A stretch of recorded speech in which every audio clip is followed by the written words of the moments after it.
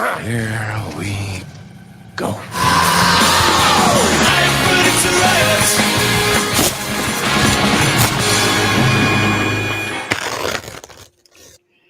G'day fans and welcome to another exciting episode of Rip It Off the Card. It is another Wednesday night. It is hot. It is steaming. It is stifling. And I tell you what, when I think of hot stuff, there's only one thing that I can think of when it's talking about the hottest. That's got to be Mr. Aaron. There you go, Mr. Aaron.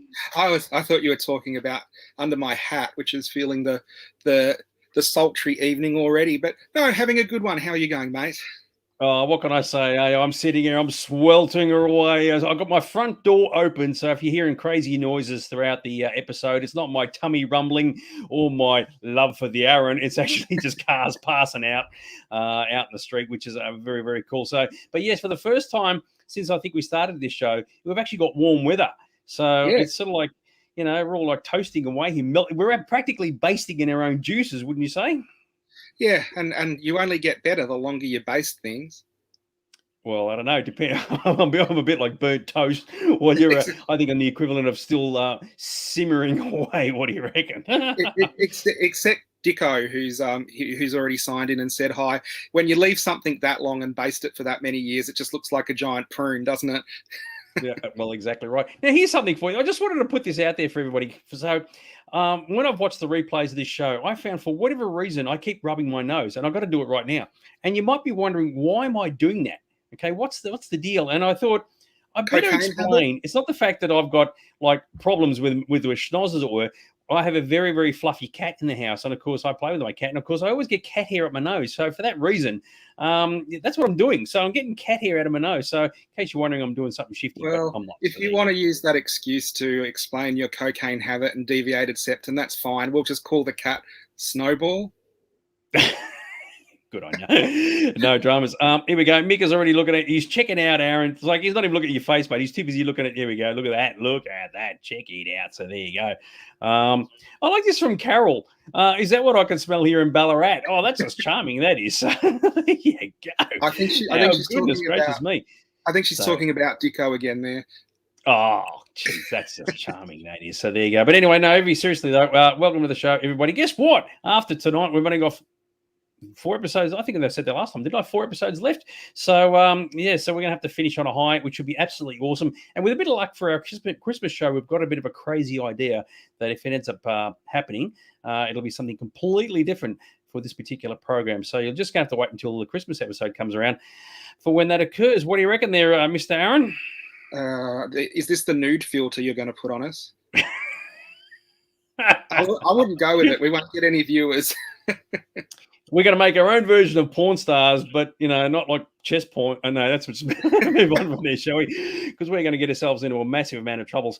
Yes. I don't know. Look, why do we keep getting into the dirty part of the show when we just start? I mean, what's the deal with that, dude? Seriously? I think that's because Spankin visited the shop today and talked about how he had Miss Piggy soap and would lather up in the shower with it. But that's something he said do not mention on the show.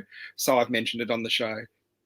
Very, very cool. I like this from James. He's looking forward to the nude Christmas shows. I tell you what, it's very funny. One of the people who liked our episode tonight before it went on air was Tatiana from Russia. And if Tatiana watches the replay of this show, because I doubt she's going to watch it live, and hears about the fact we're going to be doing a nudie show in Christmas, I reckon that'll be an unlike done very, very quickly. So what do you reckon? That'll be the last we hear of her. So, oh, yes. Yes. Yeah, good on you, Dicko. Yeah, Santa comes once a year. Yeah, exactly right. Anyway, we're going to move on before people start signing out because it's like an adult show already. So, what you start dirty to be click? We start being dirty to be clickbait. We're not being dirty. We're just pointing out these factualities. It's your interpretation that's making this stuff dirty, not us. So there you go. All right, we need to move on. Speaking of things that are absolutely unbelievable, and this photograph was taken a few weeks ago, so it wasn't like recently. And, of course, we're starting off with our writers of the week, right? And I've got to admit, this is an absolute ripper. So this is now, we've had Emily on before, but this time it was the rest of the family. Who's the rest of the family, Aaron? So it's Josh and Edie, his other daughter. And, again, I'm managing to look like a Sontaran from Doctor Who there because Josh is a bit of a Doctor Who fan holding his hardback book there. But it was good to have the whole family. And this was just after we came out of lockdown when everyone was dying to come in and catch up. Where are you, though, Dags? I don't know where I am, but I can tell you where I'm not. Now, I tell you what, I realized I looked at this picture. I thought, why is Emily wearing the shirt? Did you like tell her, look, you have to wear it to be in the photo, or did she say, oh my god, I'm hanking out to put it on? What was the deal with that? What actually happened is we tried to get it on her, and she took one look of it and said, I'm not wearing that. So Emily was good enough sport to put it on.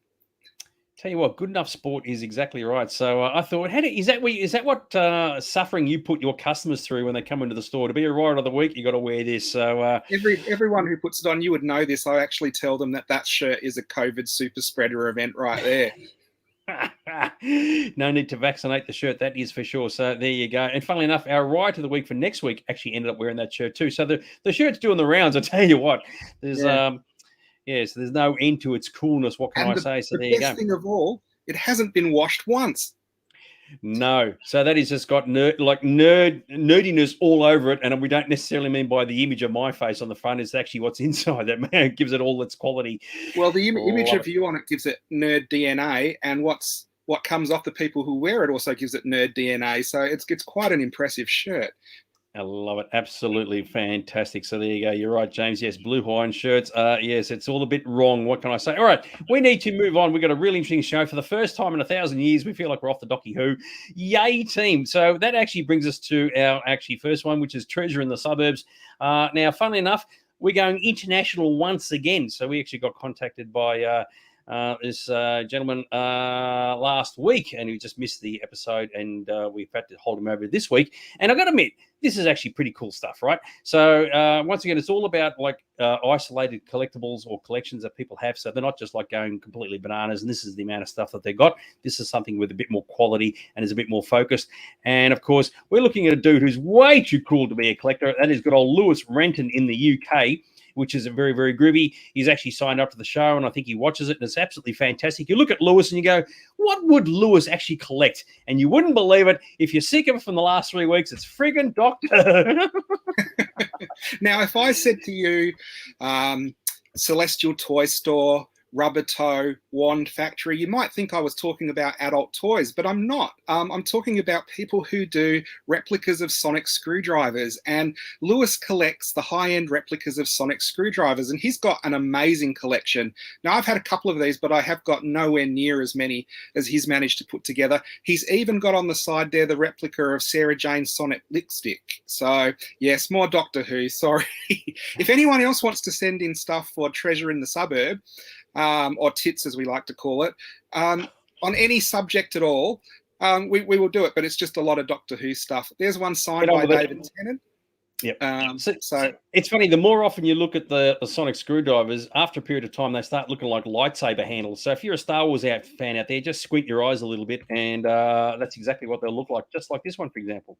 Well, the interesting thing about lightsabers, sort of each one is kind of unique and put together by the Jedi that uses them. And the sonic screwdrivers change from Doctor to Doctor. So it could be because it suits the Doctor's personality, or it could be because the BBC worked out you can sell more sonic screwdrivers if they all look different. Yeah, so just quickly, because I'm just going to scroll through the pictures. Anything you want to say about all these? Because I reckon they look spectacular. And they seem to be way beyond your standard sonic screwdriver, based on my knowledge. Yeah, they are. Like I said, they're from companies that have got the license to do limited edition reproductions. Some of them actually made the sonic screwdrivers for the show, so they use the exact same materials and the exact same methods to do the reproductions from fans. And these are in very limited runs that start at about 50 for the shortest runs and go up to about 500 for the longest runs. So even that is pretty limited for Doctor Who fans. And you can see they've done all the subtle differences between seasons and between Doctors. That's Christopher Eccleston and David Tennant's versions of the sonic screwdrivers right there. And if we go along, you can see there's Matt Smith's version, which is the larger green one. And some of the custom stands he's even got that you put them in, because you get the Sonics and then the company whacks you again and you can buy a limited edition stand to display them. Doesn't that over there look like one of those raspberry tart biscuits? Is that what it's meant to be? and this is showing that you're not a Doctor Who fan. It's a jammy dodger, and the Doctor uses that in an episode. Now, I don't think that's the reproduction. I think he stuck a real one in there, but who knows? There might be reproductions of them. Well, he could have had jelly. Hang on, he could have had jelly babies in there. I know how they fit into the show. So there you go. So yes. Well, this is an impressive collection as well, because it's got Sonics and other sort of, I guess, handheld devices from Doctor Who. And in between them, he's sort of tastefully put a couple of like little toys. So rather than me, where I just go the whole hog and deck out the whole house, he's actually got some restraint. And, you know, sometimes the negative space is as important as the positive space. And you can see in this collection, it's really thoughtfully displayed on different levels and from different eras, and with it's a really nice collection in glass cabinets. So this would be one of the most impressive Sonic collections I've seen. He's got all the different versions from the different companies out there. And Dags asked him, how did he meet me? Oh, how did he meet you? Buying Sonic screwdrivers on eBay. Yeah, of course he did. I could just imagine you just need one in your hand and just go. So, yeah, absolutely fantastic. And good old Russell has joined us for the very, very, very first time. Aaron World's Collectibles. Excellent. Yeah, that's an in-joke for him and myself. So there you go. But now I've got to say that even as a non-fan, I reckon this is absolutely outstanding. The idea that you got all this Doctor Who stuff everywhere, as we've seen from the past 3 episodes, and he's just focused on Sonic screwdrivers. And the good thing about them is, even if you had like 100 of them, they're only going to take up a small amount of space, which is really, really cool. Yep, small amount of space, but a lot of batteries. Yep, Mark, they are some of the rubber toe replicas. So there's a whole lot of the different replicas. And you've got different versions of different Sonic screwdrivers there. And the key there is a replica of the perception filter that the Doctor uses in one of the episodes as well. And that must be one of the few cool versions I've seen of displaying pop vinyls. Now, if everybody out there is seeing that Aaron is completely losing his load, just being able to talk about Doctor Who, after 3 solid weeks of it, he's like, oh my God, I get to talk more and more. I'm so excited. He's practically slobbering over his Zelda shirt at you. Yeah, so I just wanted to thank Lewis for, like, I'm just dealing with him online. He watched the show and I said, do you want to send some pictures of your collection? And he did. And I think it's an absolutely stunning focus collection on Sonic screwdrivers. So well done. We're all really impressed. And I still reckon he's too cool looking to be a Doctor Who like collector. He just like doesn't fit the mold at all. So yes, very, very, very groovy. So yeah, no, well done, Lewis. Okay. James has said, yeah, the Sonic screwdrivers are wonderful, but the comments are even more out there. Absolutely. And there was a classic one earlier. I've got to go back, scroll up a little bit. This is regarding the shirt that Emily was forced to wear, right? Some archaeologists are going to find that shirt one day and will have no idea how to deal with it. We don't know how to deal with it today. So well, you know what? If archaeologists find it one day, they'll be able to clone us from our residue that's on the shirt. They'll get some Uber fan from all the concentrated DNA. It's like a version of The Fly. You mesh it all together and you just get this. What an image that would produce. Oh, Jesus Christ. Oh, my God. So there you go. One arm is a Doctor Who fan. The other arm is a Star Trek fan. One leg is a Star Wars fan. The other leg's a whatever. Absolutely unbelievable. And so, the part of it that was a Battlestar Galactica fans choked. Yes, exactly right. But no, excellent work there from Mr. Lewis, and hopefully he's enjoyed our presentation of it. But we need to move on, otherwise we'll never get to the most important part of the episode. So let's get into it, shall we, kiddies?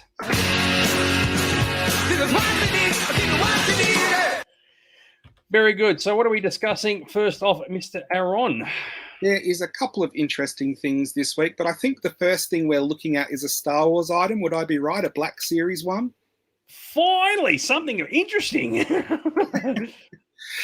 So we're looking at them, I guess, in the wrong order. The Black Series Rancor has been announced for a while. It's a HasLab thing that's you have to subscribe and pre-order to get. But the more subscribers, the more bonuses that come with it have been unlocked. So the first bonus, I think, was that Gamorrean guard, and the second bonus was a diorama with skulls and bones to litter around the base of the Rancor. And then they've just announced the next couple of incentive bonuses. I don't know if we've got the slides in order, but okay, they're just random pictures. It's a Rancor, kids, and it's a big ass effing Rancor with a lot of bits in it. So there you go. Look at that. It does really cool shit. It is the biggest Black Series creature released ever. It is freaking huge when they give the arms out. It's got 45 points of articulation, which the more articulation, the more poses you can put it in. So this one's got so much articulation, you could just about have it in any pose you could imagine. Yes, lots of gold press latinum. Wrong franchise. Lots of Republic credits. You can see from the dude's hand just how big this thing happens to be. So it's just ridiculous. Look at the size. Look at that, mate. 42 inches. That. Once I caught a fish this big, but it's a goober fish. There's always a bigger fish, as you know. There's always a bigger fish, yeah. So it is an impressive Black Series piece. Now, I have found with these, I ordered the first HasLab thing, which was the skiff. I ordered 2 of them. They're actually sitting in a friend's house in America because I can't get them into Australia. And I like this one. 2 things very, very quickly. The Violet said, oh, no, the Rancor. And for those with really, really dodgy screens or really bad eyesight, that is a tail between his legs, right? I just sort of clarify that because he does have a tail. So, or a very well endowed, indeed, Rancor. But yeah, exactly. How impressive is this, though? Grouse, isn't it? It is a really amazing piece, and the art, the finish on it, the way it's painted is absolutely amazing. It does say though this is the prototype, and it might not match the one that actually comes out. Usually they're pretty good, but it might not look quite as good as the one that they have advertised. But I was just saying earlier, usually you're better off, unless you've got a way to ship it out here, to wait for somewhere local to advertise it, and it might be a little bit more in the actual cost of the item, but when you factor in the postage that you're not going to have to pay, it's much better getting it locally. All the quotes I'm getting for getting the sail barge across are about $1,000 Australian each, so that is sitting in my friend's garage till I can go and pick them up and put them on the plane as excess baggage. I love it. You always bring it back to you, don't you? I love hearing Aaron's stories. It's very, very cool. The thing I find about this, and I completely forgot what I was going to say now. Yeah, I forgot what I was going to say. So, yes, exactly right. It's a Black Series. Very, very, very, very cool. And I did actually forget what I was going to say. But anyway, let's move on. So, all right, so go along with the Rancor, of course. You got a bit of Fluky Luke to make it all more exciting. Yes, so this is the latest incentive that Hasbro Pulse has announced. You get a Luke Jedi that comes on the card with the coin, and also everybody's favorite lizard monkey, Scalacious Crumb. Hang on, that's too slow. That's what Fluky Luke looks like. I've got to jump ahead a couple of slides now. Look, there he is. Sorry. Yes, very good. Your Kowalski monkey lizard, if I'm not mistaken. I've forgotten now. So yeah, there you go. That's right. So, very quick question: how many are you ordering for the store, if any at all? Look, it's one of those things. They will get them in Zing Australia, and for me to get them through the store, I won't be able to get them from the wholesaler. I'd have to get them through Zing, which means I would basically be scalping. So I will just not get any for the store. I might get one for me, and I'll let everybody know when they're available through Zing. Now I remember what I was going to say. You said, the thing said it was like a prototype. But the actual product may vary. That's like an SJ sort of publicity thing, isn't it? So you've ordered a Rancor, and what turns up is like a bucket of goo or something. And it's like, well, it's kind of close. The crazy thing is Hasbro actually put that warning in. SJ merchandising don't even put that warning. They go, you will get this product, and then you get the bucket of slop. So. Yeah, totally agree with you. So that would be pretty funny, eh? So, well, yeah, we did say he was going to look potentially a little bit different. So the Rancor thing is absolutely outstanding. And just when you thought we were over and done with it, guess what? More effing Doctor Who. Oh, now, this is just an update for everyone. Icon Australia have announced that they're getting in the last wave of Doctor Who figures for the year. They skipped the ones before that. I've ordered a ton of them for the shop. The recommended retail price, which they should be retailing at everywhere, is $69 a set. I offer anyone from the podcast or from any Facebook groups a 10% discount, so you'll be able to get them for $63, which I think if you check around, that'll be the cheapest they're going for. So what do I think of getting these figures in, Dags? I think the next slide shows it all. It's a bit of a... You know what? It's what you think, and it's definitely what I'm thinking. So, like, even the Rancor gets excited from Doctor Who figures being announced, but there you go. So it's just that one extra slide on these figures are coming into Australia, and fingers crossed we'll get them for Christmas, but knowing Icon, it'll be middle of next year. Exactly right. And even Mark was on the ball, comes Bo's dribble on the sides of his mouth. But wait, there's more. And when you do see Doctor Who stuff, you can't help but dribble, can you? So there you go. Very, very cool. All right. Well, guess what? I have actually found, Dags, that a lot of Doctor Who fans do dribble. You know what? And that's when you're talking about yourself. And there's a shitload of dribbling going on. It doesn't even need a basketball for crying out loud. I love it. And Gavin, yeah, he's looking at his chops for lunch. All right. So what is for lunch? Well, you won't believe it. We're going to finally get away from Doctor Who for a time. And we're going on to something completely different. It's this. So I thought I'd bring this up as well because we finished up on the Marvel What If series a couple of weeks ago, and it was quite a good series. I really enjoyed it, and the merchandise has started coming out for it. And we had highlighted the first wave of What If Marvel Legend figures a couple of weeks ago, but this is the first statue based on the What If version of Captain Carter, which I thought was quite a good, likeness for the What If, because they haven't gone for the photorealistic. They've kind of gone for that shaded animation that they used in the series to do the representation of her as this statue. And this is an Iron Studios statue. It's only a 1/10 one, so it's not huge. But if you are a Captain Carter fan, a Peggy Carter fan, this is a really nice piece that's coming out. And usually her stuff sells out quite fast on pre-order as well. So if you're after anything from this series, I'd go and look for it and try and put a pre-order in.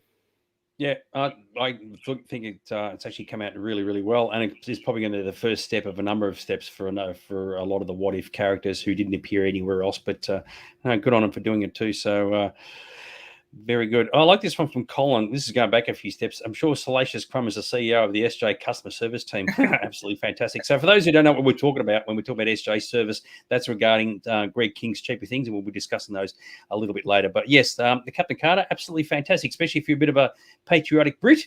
Get into it. So what do you reckon? Yeah, very good piece. I was surprised they got this out so fast, but I guess they probably it's on pre-order, and who knows when it actually hits the shops. So from something which is absolutely fantastic quality and well worth getting to this. Useless Pop of the Week! This is a ripper.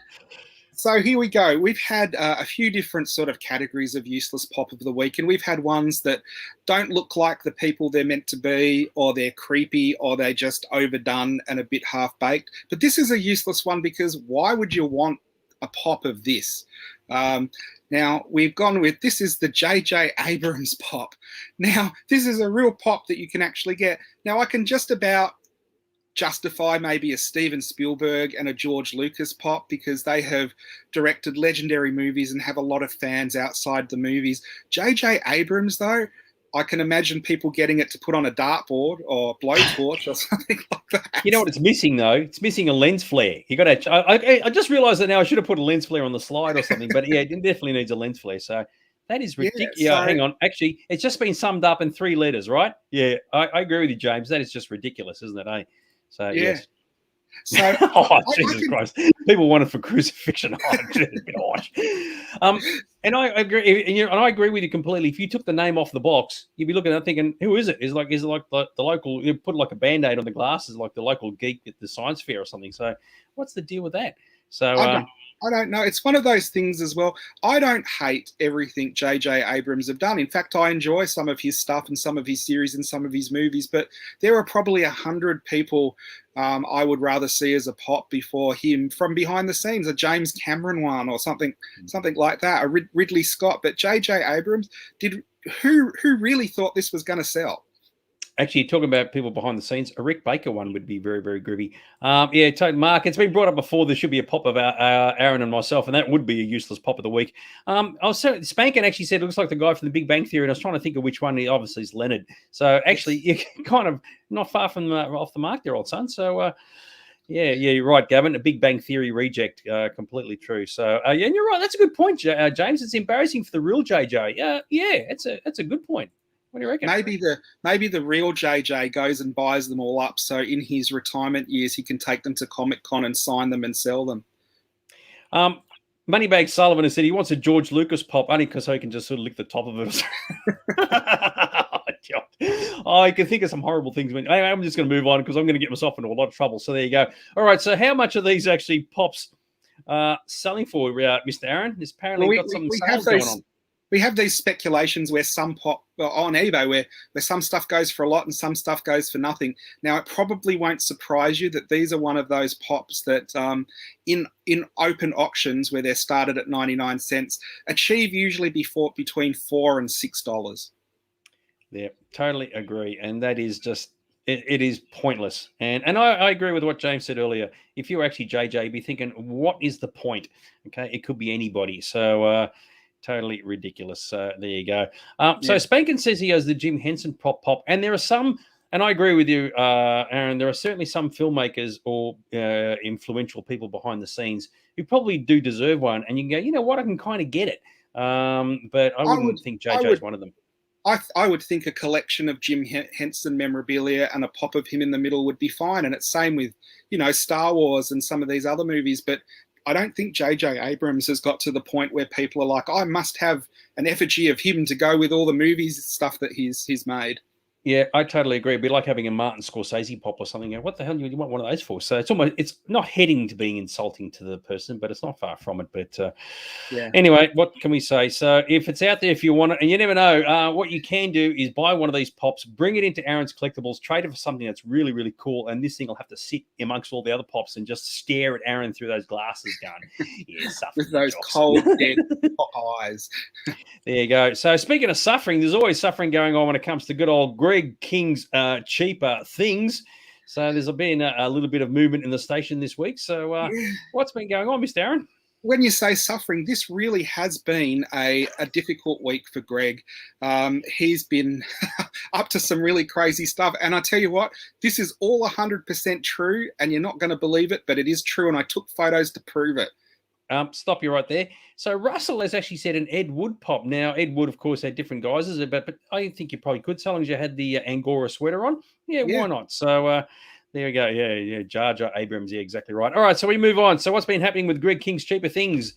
Well, look at this. We hit a road bump with our buying cheap crap offline and then getting sold. Well, buying quality products offline and then getting sent cheap crap. And as you may remember, we ordered like a Masterpiece Transformer which was valued at 150 US plus and ended up with a knockoff Deformer, which looked like it was a $2 shop nasty. So I put in a PayPal claim so we could get the money back for it because it obviously was misrepresented on what we were buying. And for the first time ever, PayPal got back to me and said, PayPal require a police report. Now, this is Ridgy-dig. This is 100% true. I've never hit this before where they said they want a police report. And of course, going in for a $31 claim to the police is not going to fly because the police don't chase up anything that's of that low value. So I truly think it is one of those PayPal things that they issue to make you give up. But you know what? We don't give up on this show, do we, Dags? So I took I went into the police station, and you know what? The gods were against me because I went to 4 police stations before I could find one open. Now, this is 100% true. The first one I went to was my local Ashburton one. Now, if you look at the bottom left there, you can see there is a car on the street on fire. Now, I was walking to the police station when that car blew up and all the police ran out of the station and were directing traffic around it. And I'm trying to go into the police station to get a stat deck looked at. And they're like, no, don't you see this car exploding in the road? So I gave up on that one. I went round the corner to the Burwood police station, which has closed because of COVID. So I went to the Box Hill police station, which has closed because of COVID. I had to leave it for the day. And the next day I went to the Forest Hill police station where I went in and explained what PayPal wanted and they had a good laugh. And then they said the only thing I could do is get a stat deck sign saying I'd come in to report the issue and send that to PayPal. So there is the stat deck I got to get this PayPal claim for $31. And I got the stack deck, I sent it into PayPal, and they instantly gave me a refund. So this refund was not simple. This was like jumping through hoops to get it, but I wasn't going to let them get off the hook. The other interesting thing about this is, I don't know if everybody remembers about 3 months ago when this first started, we ordered a horror mystery box. Now, the horror mystery box has not turned up, and they guaranteed it'd turn up for Halloween, and I've given them another 3 weeks. Didn't turn up. So I consulted with the Soul Greg King, and he said, let's claim for this one as well. I put a claim in for it, and it was approved instantly. So obviously, usually it takes a couple of days, but obviously they were total rip-offs and have had a lot of claims to their name. So it went from one extreme that took 3 weeks to get $31 back to 30 seconds to get $49 back. So there are the things that we go through to make this segment interesting. But the thing is, that's actually made it really entertaining. If you had just walked in, got the stat deck, and walked out, you'd have nothing to talk about. So you actually, somebody would argue, conspiracy theorists watching this show would say you're the one who set the car on fire for it to blow up just as you're walking around the corner. So you had a story to tell. It's the CJ customer service team. They're following me around. But it was so crazy. I went out of the shop and left Chad in there, and I'm sending Chad pictures of exploding cars going, you were never going to believe this. I was just going to the post office and a car exploded. Sounds like a really bad excuse, but absolutely true. So that's where we're at with those 2 items. The next slide, I think, is what as a group we decided to buy as the next item that we are going to look at. Now, this is really interesting. It's the Catwoman from The Dark Knight Rises, which is on the Batpod. Anne Hathaway. Sorry, Anne Hathaway, but it's actually described as Annie Catwoman locomotive statue. And you could get the regular version, I think, for $49, or you could upgrade it to $59 and get one with real rooted hair. And when I say that, I don't mean stuffed. I mean real rooted hair. But I decided, do you know what? I'm going to get the real rooted hair version because it's going to look better. So I've put an order in for this, which we decided as a group to do last week. So that's been put in, and hopefully that will arrive without too much fuss. In a show like this, when you're saying something is really rooted, that's the last thing you want to say. So there you go.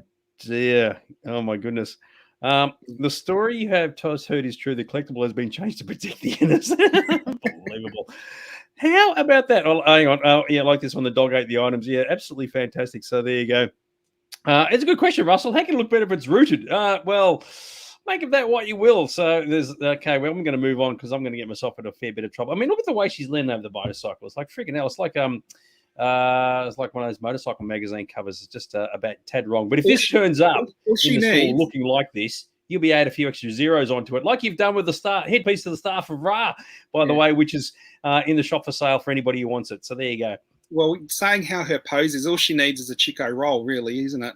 Indeed. So we've got the updated table of thrift, which will from here on be known as the table of shame. We have got the refund for the Transformer. We got the refund on the 23rd of November for the horror mystery box. We've got the headpiece to the Staff of Ra, which I thought was actually quite good. We're waiting on the child's cartoon cuckoo clock from Alice in Wonderland, and we've got the tiny Tendo. So when the clock turns up, we can go bingo and reset the card for next year, I guess. It's a good comment from Mark. Oh dear, you were getting the rooted version. Can you imagine that written on the box? Yes. Catwoman rooted. Oh, Jesus Christ.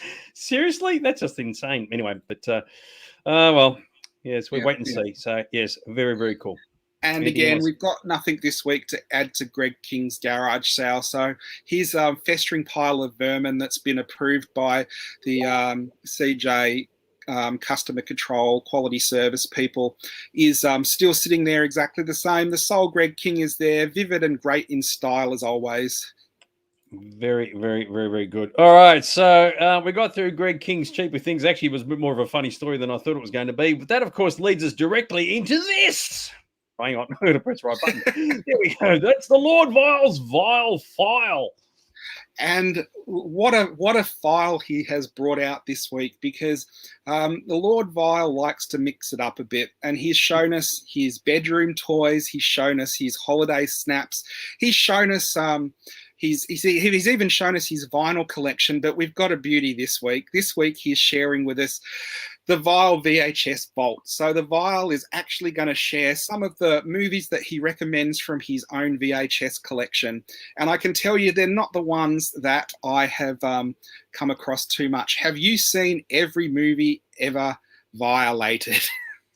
Exactly right. And as a funny, I'm just going to just chuck in this classic gag that I remember. So for those who remember their videotapes from about 20 years ago, this is pre-bought ones. It'd be like Warner Brothers or whatever. And the slogan would come up and say, "Have you seen every movie ever made?" And they would just flash all these images of all these movies, right? I actually had a couple of friends of mine who had seen a lot of films. They went through every single one of those flashes, worked out which movie it was, figured out which movie they hadn't seen, watched them, and that way they could say, "Have you seen every movie ever made?" And they said, "Yes, we have." So how good was that? And they actually made a point. They had about like a dozen or 2 dozen to get through, and they said, "Yep, we hired the whole lot and just watched them all." And said, "Yep, beauty, we've seen everything." So I reckon that's an absolutely fantastic story. So very, very cool. But were those videos the same as what we've got here? And this is the question. So let's get into it, shall we? So these are all probably borrowed and then have never been returned. So they're probably still accruing late fees because obviously the Vile loves some of these titles. But we've looked at Raiders of the Lost Ark. But how about this? Raiders of the Living Dead. You've got action, you've got adventure, you've got zombies. It's, of course, rated R for... we've also got Savage. I don't know what it is, but justice is just another word for revenge. And any movie that has that on the title is probably worth a borrow and a look, isn't it? Sorry, go on. I have personally never seen either of these videos, but they go straight to the top of my looking for them to check them out. Yeah, I like this one. Yeah, I thought it was rated R for pirates. Yeah, exactly right. Yeah, you can tell a lot of these are going to be 80s video rental classics.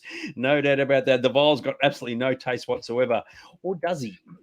Well, I would think from this trio that he's put together, he has quite good taste because they have a cadence and they have a rhyme to them. I mean, Surf Nazis Must Die. Look at this. He has Raiders of the Living Dead on DVD. Oh, video night at the Wellborns. Yeah. But Surf Nazis Must Die, Stuff Stephanie in the Incinerator, and a personal favourite, Curse of the Cannibal Confederates. Now, these are all like, I have actually seen one of those. Can you guess which one I've seen? Surf Nazis. Yes, Surf Nazis is a bit of a cult classic from Troma. I don't know if I'd ever watch it again. I saw it when it came out like 30 years ago, and that was enough.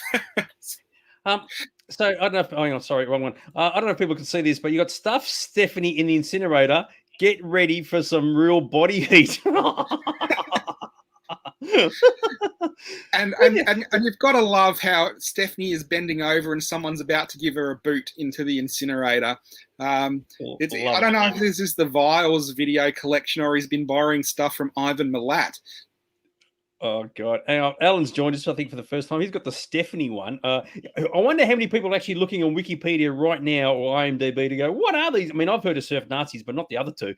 And it's like, yes, you really want to know, what's the deal with stuffing Stephanie in the incinerator? It's like, far out. So there you go. You're right, Gavin. Surf Nazis is a bit of a cult classic now. So, and I made a sequel to it as well, I think, but... unbelievable. But Curse of the Cannibalistic of the Cannibal Confederates. Oh my God. And the crazy thing, the catchphrase from that is "the South must rise again," which just shows whoever made it has got a bit of a sense of humor. This is going to backfire on us because we're meant to be showing Vile stuff, and half our viewers have got them in their collection and watched them. Yeah, I'm going to say, when that Catwoman statue turns up, the rooted one, the South will definitely rise again. Avoid violating with your nerdy eyes. Oh, my goodness gracious me. So, in the tradition of Hitchcock was the top of the Stephanie fleet. Yeah, exactly right. All right, we move on because he's got more in the collection to go through. So he loves monster trucks, and Rolling Vengeance is apparently the most definitive monster truck movie ever made, which is fantastic. And we can't really read it, but Time Burst has one of those sort of catchphrases in the tradition of Highlander. Now, when any film says in the tradition of something else, it means a dead set ripoff. And you read the synopsis for this, and it's basically Highlander, right down to, and he must fight the last one to become the only one. So it's one of those things, if you like the Highlander, this is an undiscovered classic you must track down and watch. And as I said earlier about being an 80s movie, 1989 they came out.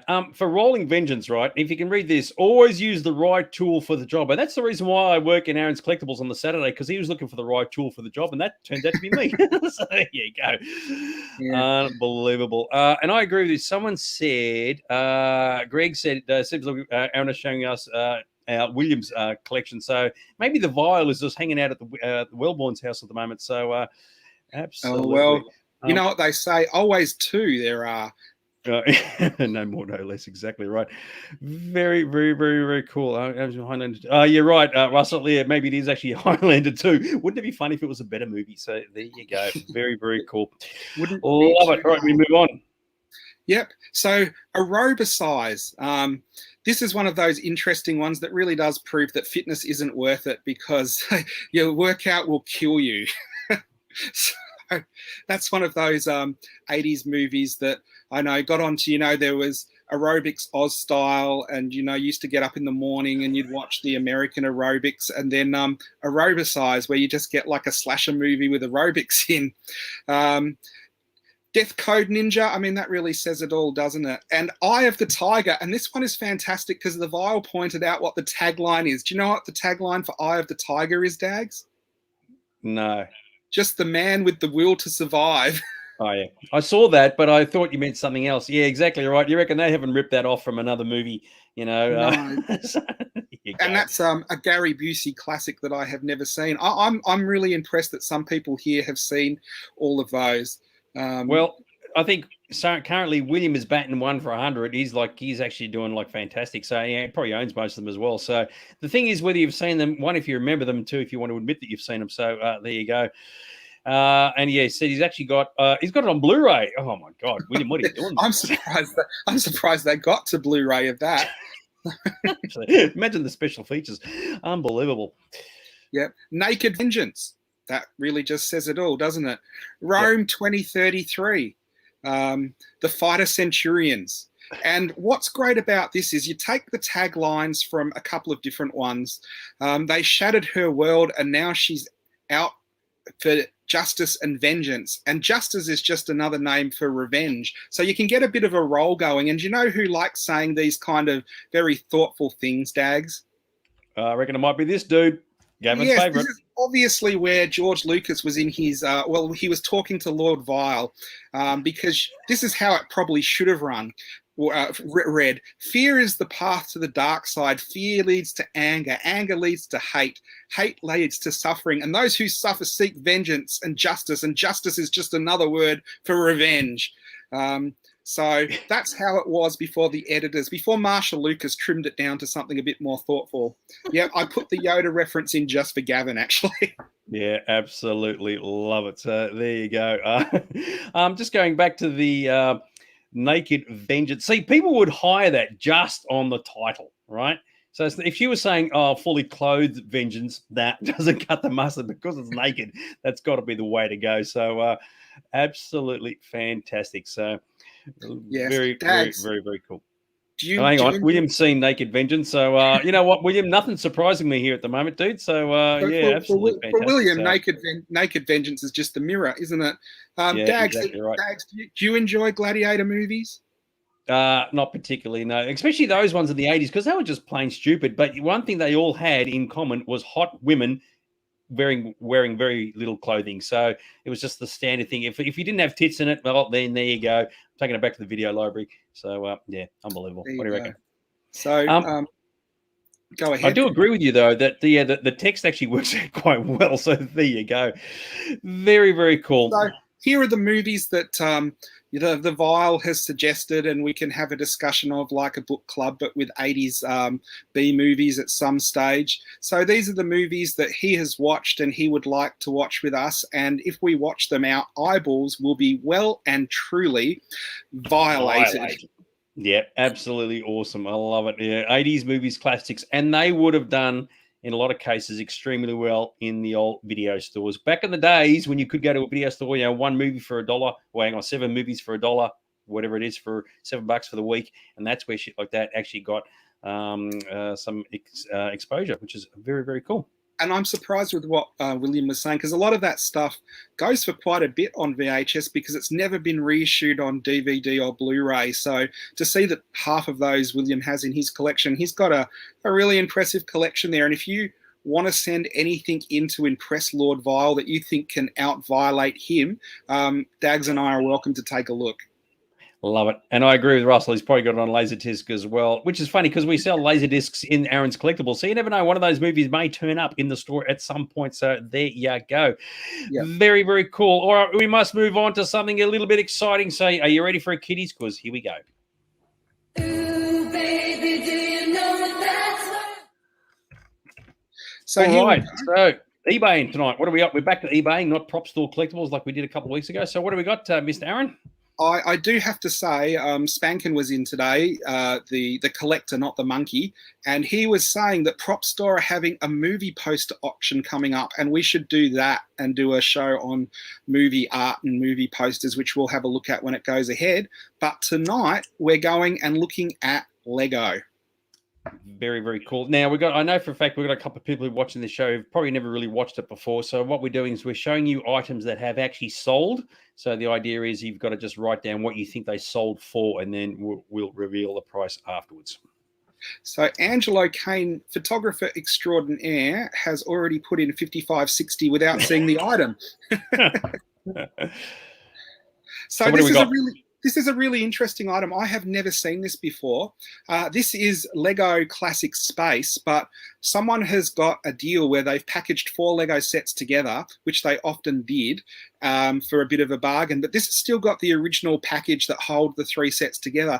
And I have a sneaky suspicion with this one that my parents might have got this and, got it on the cheap and then rationed out 1 set at a time over a couple of months to me as, pocket money or something like that. Because I did have all those sets as a kid, but I never had them as a 4-set collector's set like that. So this is probably quite an unusual item. You don't see it around much. Now, we all know Space Lego goes for a bit. Do you think when you bundle it together like that, it's going to go for more, or you're going to get it a bit cheaper because you're getting 4 for a cheaper price?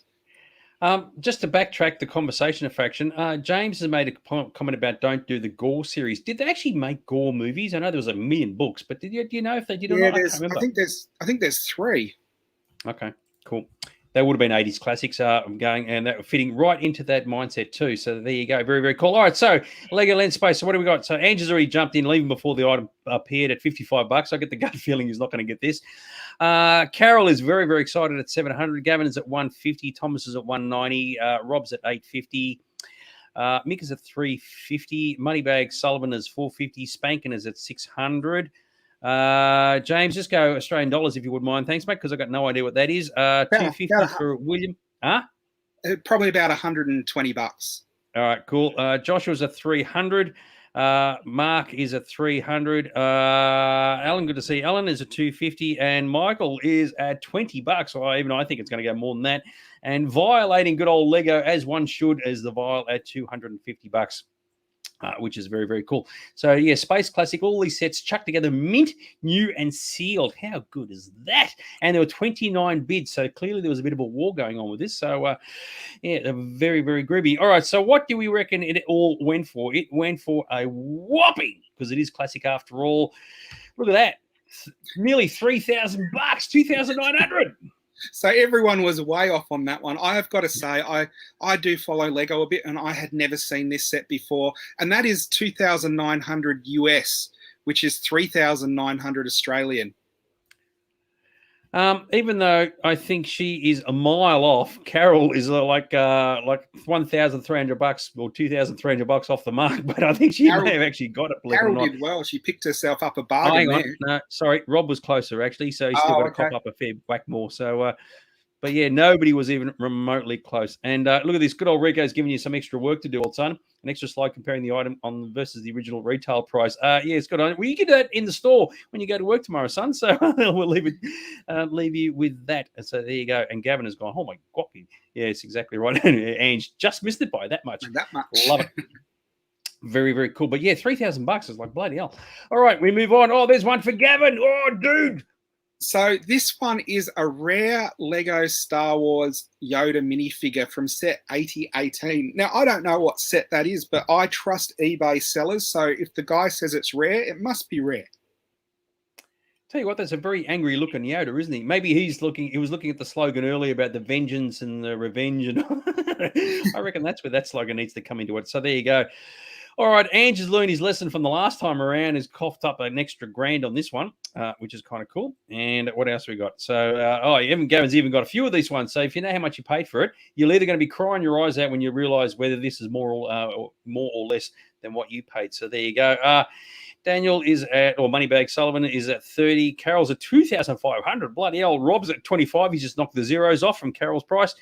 Mick is at 30. Gavin is at 50. Spankin is at 25. Alan's at 15. Joshua is also at 15. Thomas is at 600. What a bizarre range from $15 to $600. Williams at 1,250. Once again, only 3 bids for this, so it wasn't that highly sought after, but somebody really wanted it. So what do you reckon? What do you reckon it went for? The Violating Yoda, and that's something I'd love to see in the vial file, is at $250. So there you go. Yes, very, very cool. And I agree with you, Greg. Yes, it is compulsory to put rare and hard to get and all this sort of stuff. That's usually what sells these things. And Mark has come up with $49, which is very, very groovy.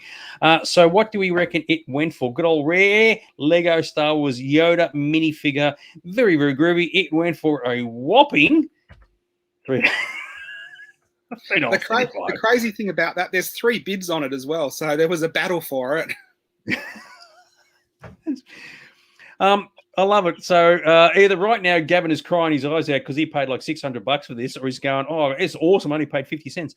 I tell you who didn't get it. Ange didn't get it at $1,000. And Carol certainly didn't get it at $2,500. No one is close at all. So I think it's a toss-up between Alan and Joshua, and they get to tear poor Yoda in half and have half each. So yeah, so there you go. Oh my Jedi! Unbelievable, eh? So yes. So even though you put the word rare in there, it wasn't enough to boost the price. So the finished cool. Prices on eBay can be a mongrel. Exactly right. And you're right, Joe. Maybe we should just give it to Greg King with his $2, but he didn't put a bid in. If he had to put a bid in, he would have got it. So there you go. All right, move on. Okay, so here's another set of 4 polybags from Star Wars. Now, polybags is where sometimes they're promotional and given out for free, usually at an event or something like that. But they're usually a unique figure that's in the polybag. And there's a few popular ones there. There's like the Boba Fett and I think it's the Boba Fett in the white prototype armor, and there's a chrome stormtrooper and a Darth Vader. So there's some unusual stuff there. There's 4 Lego minifigures, a couple of these are a buy it now because there's 1 available and 2 sold. So what would you expect to pay for that set of figures? Well, you must have confused the shit out of everybody because no one's put in a bid in yet. So they're all anyway. Finally, Gavin's cracked the ice. So there you go. He's at $650 so far. It's all yours, mate. Spankin has chucked in $300. Here they come. $690 for Carol. Moneybag Sullivan has said $350. Alan's also said $350. Ange has said 5 cents. Oh, how's that? Cop that, he says. Joshua's at $25. So yeah, that's all very, very groovy. I would say Angela's gone for the Peter Brock, the old 05. Violating these figures is the Violet 120. Thomas is at 540. Mick is at 85. And Mark is at 200. Rob is at 50. So yeah, Lego Star Wars like polybags. Yeah, exactly right. And more on the way. You gotta love that, don't you? So yes, very, very groovy. All right, so what do we reckon these went for? So It's all very, very good, very, very exciting. Oh, hang on. And William has chucked in. He's going to sell a few 80s DVDs and VHS tapes to pay for this. $125. So there you go. Very, very cool. And Moneybag Sullivan said he had the Fed. It was a Celebration 5 giveaway. Yeah, yay team. All right. So what do we reckon these sold for? With these went for a whopping $3,000 effing dollars. What's the deal? So no one's getting close with any of these Legos today, but it just shows you the price that collectors are willing to pay. This guy didn't even have rare in it. Imagine if he had put rare in the title, how much he would have got for these things. And the crazy thing for me, he sold 2 of them. That is bullshit. The closest is Thomas, and he's like $2,500 off. So hang on. So Carol, I think, did get this one at $690. So she's still $2,500 away. That is ridiculous, isn't it? Absolutely. Do you know what the guesses today prove? What? Nobody's cheating. I like this one. Shit, a brick. I agree with you. I mean, you would never, if you held those up to your other half and said, "Hey, honey, I spent $3,000 on this," she'd be telling you to piss off. So that is ridiculous. Yeah, holy fat. So just it's insane. So yes, exactly right.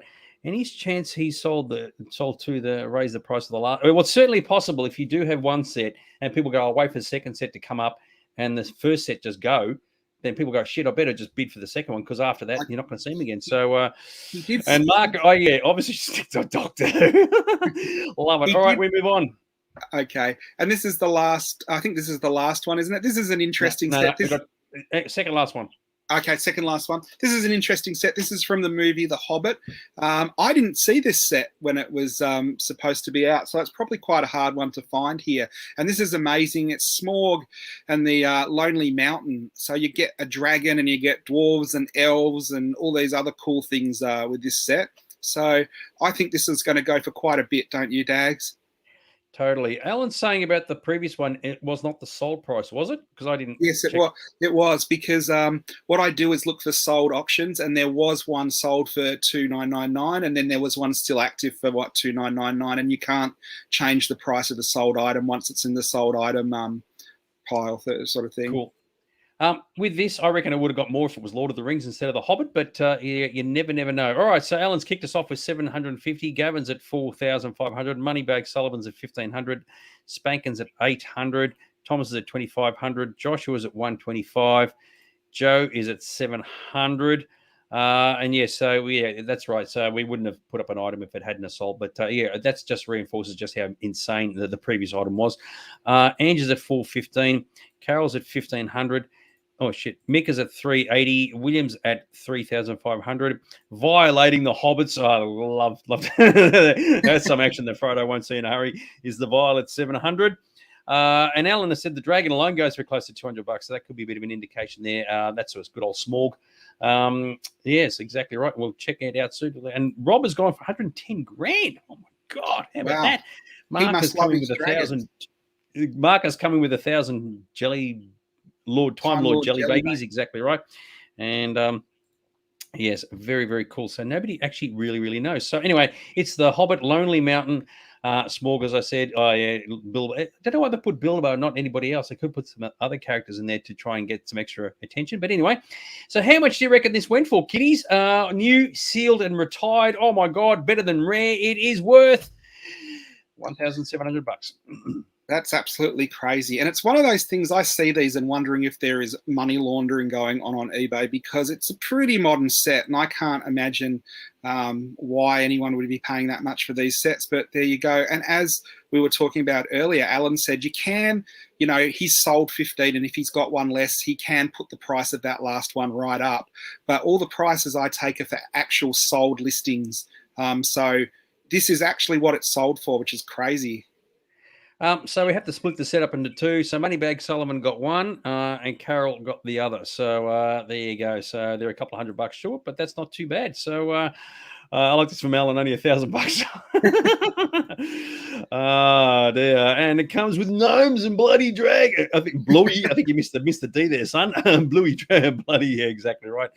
Absolutely fantastic. So there you go. Yes, Russell. Ye gods indeed. Very, very cool. All right, last item. Here we go. Check it out. So this is an interesting little one. It's a mini build of the Millennium Falcon with a Han Solo figure that comes with it. So you get like a little mini Millennium Falcon and your Han Solo to play with as well. I don't remember how this came. I can't remember if it was in a planetary set or if it came in a poly bag or a box or something. But this is an interesting little one that you can, if you're a Star Wars collector and a Han Solo collector, just a little one for your collection. Obviously, this one's not going to go for much. Speaking of little, I mean, the scale is a bit up the shit, isn't it? So, I mean, if that was 1-to-1 scale, Han Solo is like 600 feet high. It's just that's complete tripe. All right. So, Ange is going for the $3.01. Rob's at 55. Mark is at 25. Spankin is at 50. Greg King finally chucks in $2. He's been holding on to that coin for the entire time. 15 for Joshua. Carol's at 65, Alan's at 25, Mick is at 15, William, the optimistic William, is at 125, Moneybag Sullivan is at 10. Yeah, it's not a TARDIS, it's not bigger on the inside, exactly right. That's Violate. I don't get it. 800 for Thomas. Gavin is at 235. Rusky Bay's finally putting in a bid after watching the show all this time at 38. And of course, violating Han Solo himself is the Vile at 130, which is absolutely awesome. Imagine paying $130 for this little tiny thing. Sorry, mate, what was that? Do you know who hasn't slipped a bid in this week? Oh, well, we haven't seen him. So we're not talking about Doctor Who tonight, so he hasn't turned up. And Natasha is going to sell the little dude and for an extra $20 there to pay for this particular Lego set. So how good is it? Millennium Falcon Microfighter Series 1 with a Han Solo who's way too big to actually sit in the cockpit. So there you go. Or it could be the side. I'm going to stop right there before I get myself into trouble. Grant has said 20 is all about, sizes and cockpits and whatever. It went for a whopping $3. Or actually, someone said $3.01, so there might be some insider trading on this one. So, well, that was a pretty good guess. Yeah. See, Ange said $3.01, and that's a little bit too close to that. Well, how'd you know, Ange? Did you see this go on sale? No, Ange puts up random numbers like that, so I reckon this week he's just pulled one out of his ass and got it. I don't mean the set. I mean the number that he gave. That's like coming out of the space slug thing in the oh Jesus Christ. Maybe he bought it, I don't know. So there you go. And Ange has postage is more, but anyway, Ange has got it $3.01. So whether there's insider trading or not, I don't know, but there you go. But I'll tell you who didn't get it. Thomas at $800. So there you go. Very, very, very, very cool. The Lego is really interesting because it's so variable what it can go for that no one really has a good idea until we show the price. So it's always fun to do the Lego ones every few weeks. Totally agree. All right, I've got to change Duvalackers while we get ourselves ready for something very, very exciting. Anything you want to say before? Actually, here we are. We are ready to go. And, so we've got our feature presentation. Yay, team. Anything you want to say before we move on to this, old son? Oh, yeah, fluke. Yeah, right. I want to go with Aaron's description on this one. So there you go. Very, very cool. Anyway, Anything you want to say before we move on? No, let's get into our feature presentation, which this week is a bit more interesting on a general sort of collectible point of view. It's looking at franchises where the movies have done relatively well and been popular at the cinema, but when people have left the cinema, they haven't gone to the toy aisles at all. So this week, I think Dags and I will be able to sort of talk together a bit more. It's not sort of just a solo one with me because a lot of these movies Dags will have watched, and we've both had a talk about some of them and how this can probably be a regular thing because there are a lot of franchises that have underperformed in the merchandise aisles. Or I could just do this. And so I'm just going to do the show by myself. It's interesting because obviously Aaron's Collectibles is mainly dealing with toys. And we actually had a good discussion about this in the past couple of weeks and said, how often have we seen, and people out there watching the show will relate to this, where especially Toys R Us, when that used to be around, a movie would come out, you'd have all the action figures sitting on the pegs, and then 3 years later, the sequel to the movie would come out, and more action figures would come out for that film, but the previous action figures for the previous movie would still be there. And I actually saw this with some of the Batman stuff in the 90s. And so it goes to show that not all products are just guaranteed to be successful and walk out the door, regardless of how popular the film is. What do you reckon? Yeah, so we're going to look at some of these franchises that sort of didn't do as well as we'd expect, and we'll have a talk about each ones and why we think that they might not have done as well as the licensees thought they would have done, and what Dags was saying about going into shops and seeing the movies from years ago still there. There's a new toy shop opened in Brandsmart in Nunawading called, I think it's Toy Mate, and a couple of people came in and told me what was in there, and this is a new shop, and it was already loaded up with the Last Jedi merchandise. So obviously there's still a lot of that sitting around in warehouses in Australia for them to be pulling that and Solo stuff out. But they're not movies we're looking at tonight. We're looking at some probably more classic movies from the 80s and 90s. And anyone who wants to talk about what they think other movies that we can look at down the track, feel free to shout it out as well. And yes, we're looking at it because Lord Yogurt, of course, master of the Schwartz, merchandising, that's where the real money from the movies is made. And I think this changed when George Lucas introduced a little movie called Star Wars, where suddenly movie makers realized that they could make just as much money out of the actual merchandise as they could from ticket sales. And this means that a lot of licensees jumped on different movies thinking that they were going to be the goose that laid the golden egg, and they just turned out to be a goose. It's very funny. Sorry, I had to press a lot of buttons there to get where I wanted to go. So some people have actually said this. I find this funny, right? Gavin has said he'd love to see it as an action figure. But the funny thing is that if someone produced a yogurt action figure today, would it sell? And there's a good chance, regardless of how people really like the movie, there's a chance it wouldn't sell. And Spaceballs merchandise probably may have not have been successful at all. So what they're suggesting in this particular film is how merchandising can bring in all the revenue is not always the case. And it would have been ironic had Spaceballs produced a lot of merchandise, and that's exactly what happened there, because a lot of people saw the movie and go, you know what, I like it, but I don't like it that much. But yeah. I tend to agree a yogurt action figure may have been popular, or a yogurt figure, but not enough to sort of warrant the amount of time and effort to produce it, market it, and distribute it. So anyway, that's my view. So there you go. And of course, I think I discussed this with you. When I was a kid, I saw this when I was young enough to still be a kid collecting toys when this came out. And when he showed Spaceballs the flamethrower, I was like, oh my goodness, that is the ultimate piece of merchandise. I would love a flamethrower. Not really realizing they were being ironic about merchandising kind of thing. Yeah, and of course, the funny thing is that there wasn't a lot of Spaceballs merchandise, so it's just there. It's a real twist of sort of like the way the world can turn sometimes. But so there's a lot of movies out there that we could cover off, a hell of a lot. In fact, our list was really extensive, and we realized that for the nature of how this is going to work, we didn't want to just shove them all in and just have to rush through the whole lot. So there is going to be a lot that we don't mention at all, but we've certainly got a few that we're going to bring up. And you may be sitting, as in like the people watching the show, maybe looking at this going, oh, Jesus, I didn't even know there was stuff for that. But even if there was merchandise, they didn't buy it. And we're going to kick it off with this one. Willow. So Willow was a relatively big hit at the cinema when it came out. It wasn't the biggest hit of the year or anything, but it was popular across all age groups. It was action-packed and fun enough to be accessible to kids, but it had a good enough story and special effects for older people to go and watch it, and it was one that parents could take kids along to see and they would enjoy it as well, which is usually the recipe for like merchandise bonanza, because kids like it and the parents who take them to see it are the ones that have the wallets, so they can buy the merchandise for the kids, where the kids come out and go, I want a Willow action figure. And there was merchandise released for Willow. Do you remember it at all, Dags? Nah, not at all. No. I remember we got here like magazines and things, but that is as far as it went. I mean, there were movie posters available, which is obviously very, very common, but that's it. There's really nothing more that springs to mind.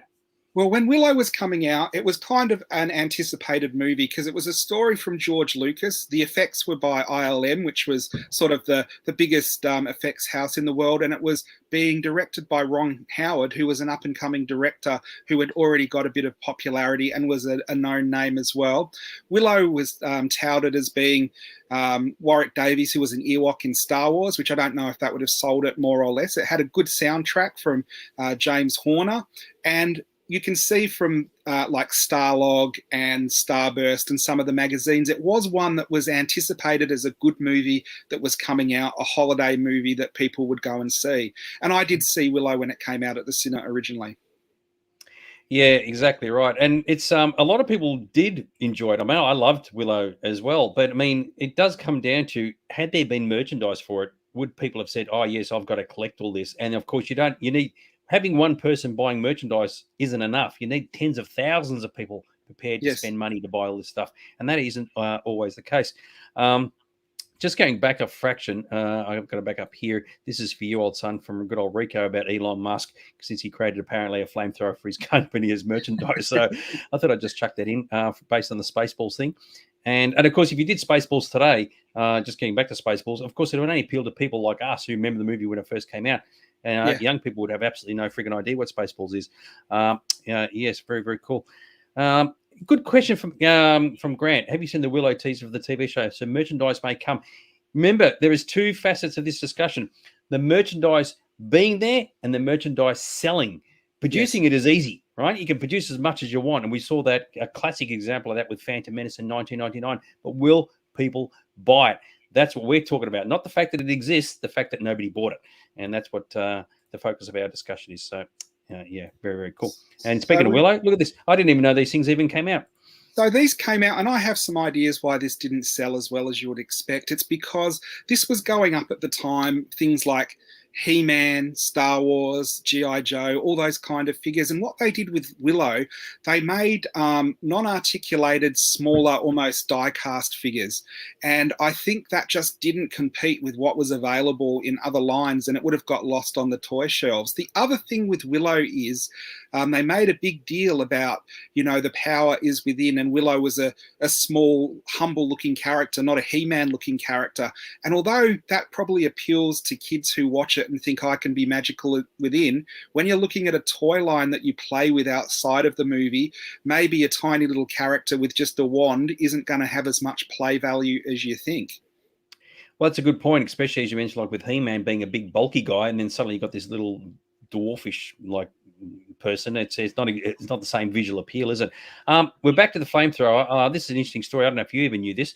So apparently Mel Brooks was at a con plugging one of his earlier comedies when somebody came out dressed as Boba Fett with a real flamethrower, and that's why he used it in Spaceballs. So there you go. If it's true, that's fascinating. If it's not true, that's a great urban myth. So how about that? But yes, I agree with you. When you look at Willow, it's visually spectacular and it's awesome and it's wonderful. But in terms of, unless you're like a Val Kilmer fan and I've got the lady's name, Joanna Wally, there's not a lot really to pick from. So did these? Sorry, I missed what you said. Did these actually come out in Australia at all or not? No, the figures never were sold here. They didn't do well enough in America. You've got to remember, back in the 80s, we'd often get a movie 6 months to a year after it was released in America, and that meant that they could actually see the merchandise trends in America before they committed to selling them here. Now, with global releases, everything has to be in the shop straight away, which means the stakes are higher if you back a bad horse when it comes to merchandising. But back then, we didn't get a lot of the lines that didn't do too well because they go, well, if it didn't sell in America, we're not going to do a global campaign and try to sell it overseas. Willow is interesting. Sorry, did you want to say something, mate? You finished what you're going to say. Willow is interesting because it is one of those movies that is a classic, and people who grew up with it love it now. And because not a lot of the merchandise sold back then, it's hard to find on the secondary market. So now, if you want that two-headed dragon, you're paying $500 to $1,000 plus for it because there's just none of them available. I think it's also the kind of film that people may have, as you said, loved it and enjoyed it, but would they interested in buying stuff had it been there? The chances, as you said, with the American trends, probably not. But I reckon if they were to make the odd occasional statue, whether it be a Mad Mardigan or General Kale or whatever, one of your big super top freaking things, they would be a massive hit. I think a General Kale statue would be outstanding. Absolutely. Can you imagine if Weta did a realistic line of Willow statues and they were limited to 500 each? I think they'd all sell out instantly. Yeah, exactly right. Russell said sometimes we get the toy pages before the movie. Yeah, in some cases, absolutely. And we saw that with Phantom Menace. back in 1999 when the whole revolution of just marketed to the cows come home and realizing after the fact that it doesn't always work. Now, this next movie that's coming up is not a sci-fi one, but even I specifically remember walking into Myer, seeing these items, and I thought, why the friggin' hell would you have merchandised this? No one is going to want stuff from this. And of course, it was Dick Tracy. It was a stupid idea. Now, it's interesting. Do you know why they thought Dick Tracy toys were going to be a massive hit? I would have gone with the colors and the style of the characters, but that's all I know. Because Batman had been a massive hit the year before. And if you look what they released with Dick Tracy, Toy Biz did Batman, Toy Biz did Dick Tracy. They did a certain amount of figures with Batman. They did the same things with Dick Tracy. They did utility belts and dress-ups. They did the same thing with Dick Tracy. But what happened with Dick Tracy, although it was a good movie, it didn't have sort of the kid play value that that Batman did. And Dick Tracy was sold in the 80s to the people who grew up with Dick Tracy. You know, it was a nostalgia-based movie because Dick Tracy goes right back to the 30s and 40s. It's a very old franchise. And so the people who were going and seeing it at the cinema and making the box office returns good were not the same kind of demographic that were then going to go out and buy all the action figures. So where they had a dead set hit with Batman, they go, well, we've got another comic movie based on an old franchise, and it's huge and it's stylistically fantastic, and it's got stars like Madonna and all these crazy characters that kids would want, and it sold nothing. Yeah, with that in mind. Now, there's two things I got to click on at the same time, which I can't do. So, sorry, hang on. Oh, here we go. Grant has said, this is the irony of it, but yeah, people are talking to their watches nowadays. So yeah, it's like Dick Tracy who actually really did predict the future. And Spankin has said the film was great, but the toys were ugly. And I guess this is sort of thing because that was based on the type of characters. But back then, I could see it wasn't a film that was going to sell merchandise. People just would not be into it. And I was really shocked that some company said, yep, chuck it all out there. What could possibly go wrong? And the other thing that happened with Dick Tracy is the toys, they didn't want it to be a spoiler that the blank was Madonna. So she was not in the first wave of figures, which is one of those things where you take one of the most popular characters out of the first wave and maybe collectors who might have gone collecting them all just don't get it because they can't find her. And what happened, they sold so poorly. She was meant to come out in the second wave. There was no second wave, so all of her character got dumped in Canada. And so all the other Dick Tracy figures these days go for nothing. I mean, they're collectible because they're a vintage toy and someone might buy the Dick Tracy, except for Madonna that you're looking at $1,000 loose or a couple of $1,000s for a carded example. And so even though it is a nice line, and if you were a Dick Tracy fan before the movie came out, you'd have probably gone, oh, this is my wildest dreams, all this Dick Tracy merchandise and all these figures. The way it was marketed was bad. They probably should have had an opening wave of like 4 figures instead of 16, where you have Dick Tracy, Madonna, and 2 of the villains, and seen how they go before you decide to like bet the house on the 16 different figures, because that would have been an expensive toy line to produce.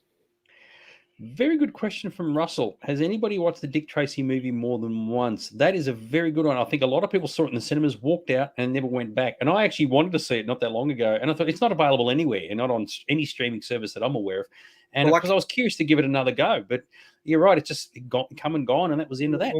We'll bring it in and put it in on the weekend, Dags. I saw it at the cinema. I saw it on video. And then I saw it on DVD, and I've got the DVD. So I've seen it 3 times, I think, in my life. I don't mind it, but it's not a put it on once a year because it's a classic kind of movie either. Yeah. And I personally think they tried to market the film on the colors, because obviously they were trying to replicate the cartoon look and feel, very vibrant and bright colors, and like the whole yellow and all this sort of business, and having Dick Tracy wear yellow all the time. I think the idea was there, but someone should have realized, oh, hang on, do the market research. Is there a demand for collectibles for this? I mean, maybe the original TV series didn't have any collectibles either. So they could have taken lessons from that and go, well, if they didn't sell back in the 60s, they're not going to sell today. So, but obviously they didn't do that. So what do you reckon? It is interesting. I totally agree with you. It was never a movie that was going to sell half as much as they thought they would. But if you look what I was saying about the way Batman was released, down the bottom there, you've got the Ertl cars, exactly the same as Batman with the mini sets and then the individual cars. And then in the middle there, you've got the trading cards, which were very stylized like Batman. And you could even say that the movie poster kind of took that Batman where you just have the logo in a minimalistic way and kind of did that. I really, truly think they were trying to imitate the success of Batman, and it was never going to happen. Rico said apparently is on a couple of streaming services, so there you go. All right, so if it is available to see, that's good. I'd happily watch it again. So it's been a long time. So yeah, very, very cool. Good stuff. But yeah, so how about that? What else we got? Here we go. Remember all when all this came out. And again, even with the video release and the release of the movie at the cinema, they really thought like it was like go and see it on the first day, like Dick Tracy Day and all that kind of thing. And it really, I don't know when they realized it wasn't going to be as big as they thought it was going to be, but there would have been one point where someone's sitting around going, oh no, we are going to lose millions on this movie. So that's some of the posters that were available. Which is funny because it brings up that whole argument. Is just if you've got a classic franchise that did well as a TV series, you've got an all-star cast. Like you can do no wrong as far as the cast is concerned. Great production design and all the rest of it. Maybe it was ahead of its time. Who knows? And you would have thought, well, it's just got winner written all over it. And I agree with you. You put Madonna in it. She was a big star at the time. And the thing tanks. And even if the film was classed as successful, all the merchandise just died in the ass. And I think it's one of those things you could never have predicted it a few years prior if you're thinking, oh, Dick Tracy's just got like success written all over it. And it just when you look at the cast and it's got Warren Beatty and it's got Madonna and it's got Al Pacino and it's got Dustin Hoffman, you're thinking, oh, this is an amazing cast to assemble for any movie. Yeah. Which makes you wonder if the film was remade today, right? Modernized for today, okay, but still set in that era. You do wonder if it actually would do better or worse, and if history would repeat itself and the collectibles still wouldn't sell. I just think people who are fans of Dick Tracy are just not interested in collectibles for that franchise. Full stop. You can make 1,000 versions of it. It's still not. It's not the Batmans of the world, right? Batman merchandise sells. Dick Tracy doesn't. That's just the way it goes. So. I do have to point something out to you. We got a big Dick Tracy collection in the shop, and we put it out. And what did you say? I said it was never going to sell as a complete tripe. Who the hell would have this in the store? And it's all gone now. So there you go. But Dags actually came in and go, did you hide all of that just to make me look wrong? I was like, no, it actually sold. So, yeah, and the person who bought it made a point of chucking it out of their car window on the way home because this stuff is a shit. So there you go. Now this is one where the next one we're showing is a really interesting one because when the original movies came out, the collectibles for it were successful. So they do a new version of the movie and it tanks. Go figure. Planet of the Apes, and it is one of those things where I think the merchandisers they have a perfect storm where you've got like Tim Burton, a popular franchise. You've got toys that sold the original time around. The Planet of the Apes toys through the 60s and 70s were one of Mego's biggest sellers, and they still are popular today. The designs that came out for this looked absolutely fantastic. The merchandisers must have thought they were going to make a fortune. Now, I remember this was one of the movies that Dags was talking about where there was an entire section in Toys R Us with that huge Planet of the Apes poster. They had like spaceships crashing and a jungle set and all these apes and walls full of Planet of the Apes toys. And none of them sold. Yeah, exactly right. I'm just going to go back. This is a good point from Russell. I'm putting a couple of Russell's comments up saying that Dick Tracy was a vastly different show to Batman, and maybe that had something to do with it. So zany craziness actually sells more merchandise than something a bit more serious and dramatic, which is kind of cool. And hang on, sorry, Wes. Joe just said they used to have Planet of the Apes collectible on TV. I don't know if we're talking about the original one or the new ones, but we're sticking with the new ones for now. So anyway, we move on. So yeah, so you would have thought that this is going to romp it in, but not the case. No, Planet of the Apes was an event movie because there was the original 6 Planet of the Apes films in the 60s and 70s, and each one's five. It's only 5. Yep. 5 and a TV show. Sorry. Yep. Which was cut into movies on DVD kind of thing, but. it was an event movie where lots of people were anticipating it. It had covers on the front of all the genre magazines. It had covers on the front of the straight magazines, which usually don't cover sci-fi and things like that as well. There was lots of publicity and hype on stuff like Entertainment Tonight and all these other shows. And it was one of those movies I think everyone was anticipating going and seeing, and it really didn't live up to the originals. Even though all this money and production value was thrown at it and great actors and a great director, it was kind of flat. And I think as well, what kind of let the toys down, the market they were looking for were the kids that grew up with the 70s movies. And what happened when this came out, there were reissues. There was these fantastic apes, they were like in tubes, of the original Planet of the Apes figures, and they sold better than the ones that were new and in the movies at the same time. So here are some of the figures that were released. There was the different versions of different apes. So you had, the orangutans and the gorillas and the chimps, and you had Mark Wahlberg as the astronaut. And as like a merchandise dealer, none of them really sold more than the others. None of them were favorites. No one came in and said, I've got to have, people are still coming and go, I've got to have Dr. Zaius, the original 60s one. This movie just reminded people of the nostalgia from the ones they grew up with more than generating sales of the new stuff. Did you want to add anything, Dags? Yeah, I did. So I like this one from Joe.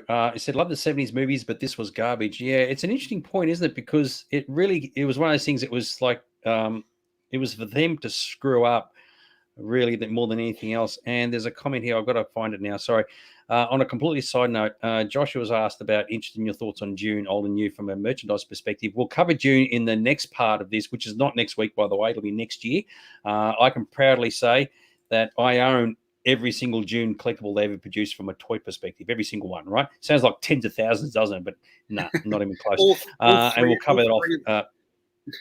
What? All three of them. All three of them. Yeah, all 6 action figures. Exactly right. So where was I? Yes. So, but I agree with you. You would have thought they're doing a new version of Planet of the Apes. There's a huge fan base from the 70s. It's got success written all over it. And of course, that just wasn't to be the case at all. Well, so the thing with Tim Burton is he obviously really gets into his movies. I think Planet of the Apes was overthought. And I remember seeing the Entertainment Tonight interviews with the cast and crew before the movie came out. And he was talking about how he studied in depth how apes move so the apes would look more like apes, and they did all this wire work so they could leap and bound around. And that's all good when it looks fantastic, but if you do that at expense of like the story and building up realistic characters because you've just got like apes that look great, you're never going to have the same impact as the original. Yep, totally agree. Russell has said, I've got sandworms. Yeah, they tend to give me itches at night time, so I try not to think about them too much. So there you go. So yes, we're just getting back to good old Potter, Planet of the Apes. So into the statues and all. I mean, these new ones, or these back from the early 2000s? These are all the ones that came out for the Planet of the Apes Tim Burton movie. And again, they must have thought they were going to sell amazingly well because they did bring out high-end statues. That's a full-scale gorilla bust, and they went right down to bookends, and you can see, I think it was Thaddeus riding the horse. And what's really crazy about that, I've had Planet of the Apes collectors come in buying stuff, and they've gone, I want to buy the ape on the horse. And I say, oh, not many people like the Tim Burton version. And they go, oh, is that from the Tim Burton movie? And then they don't buy it. They think it was an older version or something. So it really does have this not a popular franchise up against it. I love how you said Thaddeus, right? Now it's actually Thade, not Thaddeus. Oh, Thade. So who was Thaddeus? See how fast you are. Oh, I can't remember. Who was Thaddeus? The chief of in Get Smart. That was his first name. Thaddeus. Name, yeah. So how do I know that? You said Thaddeus, and straight away I thought of the Chief. Oh my God, how pathetic am I? So yes, I'm not surprised at all. People would not be interested in any of this stuff, and it's just very, very surprising how it all turned out. Now this one, the film may not have been as successful, so it probably harks back to why the collectibles were equally not as successful. But there you go, good old Kroll. So Kroll is one of those movies. Again, it was an event movie at the time. I remember seeing previews for it on Simon Townsend's Wonderworld of how it was like the greatest fighting fantasy movie ever made, and going along and seeing it and thinking it was absolutely fantastic. And this is one of those movies that there's even magazines of the time that have drawings of the merchandise that's going to come out, but a lot of it didn't come out because they started releasing it and obviously didn't sell, so they pulled a lot of the ideas straight away. So if we go to the next slide, you'll see Kroll was expected to do quite well. There was Kroll magazines and comics, there was an Atari cartridge, there was board games and colouring books and everything. So it is one of those movies where you think back and you're like, maybe they were just pegging, hopes on this movie making merchandise money. It isn't exactly one that I would have merchandised as hard as they went with it at the time. What do you think, Dags?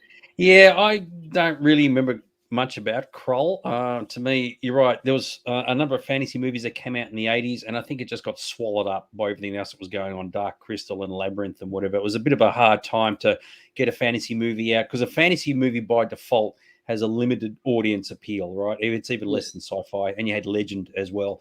So you chuck all these things in the pot together, and you go, well, okay, unless you've got something that's really, really good quality, you're going to just disappear in the background very, very fast. And I think that's what happened with Kroll. It didn't. I think you get like 10, 20 minutes into it, and you go, you know what? It's not working for me. I'd rather watch Dragon Slayer or something like that.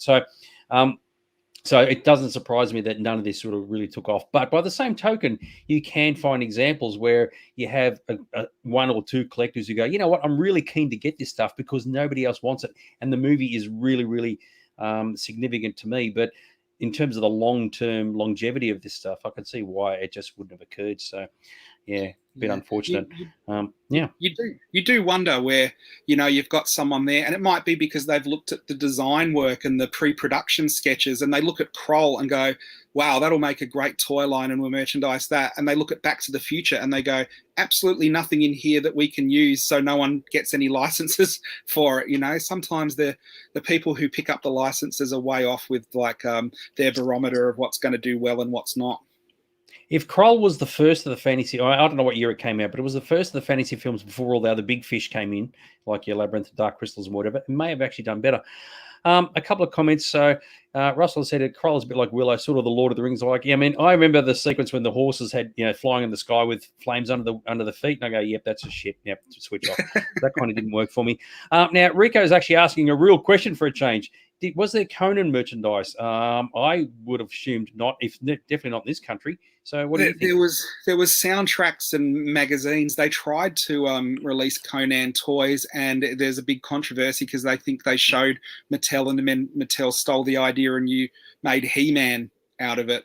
And just went with their own thing.